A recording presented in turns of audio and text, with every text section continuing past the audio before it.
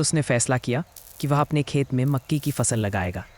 सुबह की पहली किरण के साथ ही वह खेत में पहुंच जाता, मिट्टी को अपने हाथों से थपथपाता, बीज बोता और आसमान की ओर देखकर प्रार्थना करता, हे भगवान, इस साल मेरी फसल को अपना आशीर्वाद देना।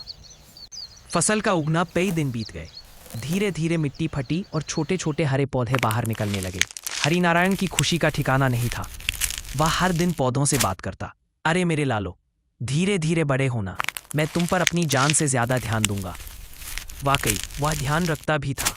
दिन में धूप कितनी भी तेज हो जाए, वह खेत में खड़ा रहता।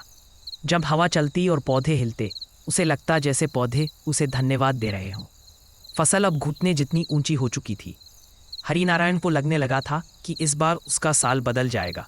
बच्चों की फीस, घर की मरम्मत, बीमार माँ की दवा, सब कुछ इस फसल से जुड़ा हुआ था। सूखे का संकट। लेकिन अचानक एक दिन मौसम ने करवट बदल ली। जिस आसमान की ओर हरिनारायण उम्मीद से देखता था, वही आसमान कई दिनों तक काला भी न हुआ। पहले एक दिन पानी नहीं आया, फिर 2, फिर 3, और देखते ही देखते पूरा हफ्ता बीत गया। फसल की पत्तियां अब ढीली पड़ने लगी थीं। मिट्टी दरारों से भर चुकी थी। हरिनारायण के दिल में डर बैठ गया। वह हर सुबह फसल की हालत देखकर रो पड़ता। अगर ये फसल गई तो मेरा सब चला जाएगा, वह सोचता। वह आसमान से बार बार पूछता, क्यों रे बादलो, क्या मेरी मेहनत तुम्हें दिखाई नहीं देती? मेरे बच्चों की भूख भी नहीं दिखती? लेकिन आसमान खामोश था। टूटती उम्मीद 10वां दिन आया। अब फसल झुकने लगी थी, पत्तियां पीली हो गई थीं। हरिनारायण ने अपने खेत के बीचों बीच बैठकर दोनों हाथों में अपना चेहरा छिपा लिया। आंसू मिट्टी में गिरते और तुरंत सूख जाते, जैसे आशाएं सूख रही थी। वह जानता था कि अगर आज भी बारिश नहीं हुई तो सब खत्म हो जाएगा। चमत्कारी बारिश उस शाम आसमान में हल्के बादल दिखे। गांव के लोग बोले, अरे शायद पानी आए, लेकिन हरिनारायण अब उम्मीद करने से भी डर रहा था। वह खेत में बैठा बस बादलों को देखता रहा। और तभी एक ठंडी हवा चली, फिर हल्की बूंद पड़ी, फिर दूसरी, और फिर मूसलाधार बारिश।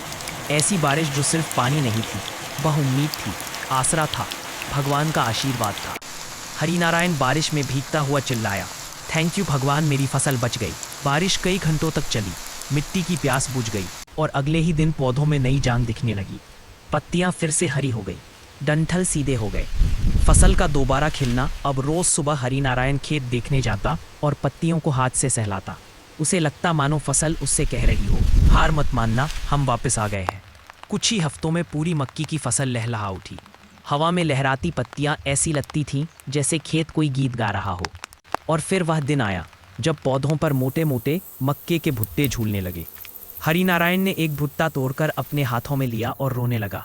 ये आंसू दुख के नहीं थे, ये आंसू जीत के थे, मेहनत के थे, प्रकृति की दया के थे, खुशी की वापसी। जब पूरी फसल तैयार हो गई, हरिनारायण ने परिवार और पड़ोसियों की मदद से उसे काटा। मक्की से भरी बोरियों को बैलगाड़ी में रखा और घर ले जाते समय उसका दिल धड़क रहा था, आज मेरा घर फिर से खुशियों से भर जाएगा। उसकी पत्नी ने दरवाजे पर खड़े होकर मुस्कुराते हुए कहा, देखा, भगवान मेहनत करने वालों की मेहनत कभी बेकार नहीं करते। हरिनारायण ने आसमान की ओर देखकर कहा, धन्यवाद।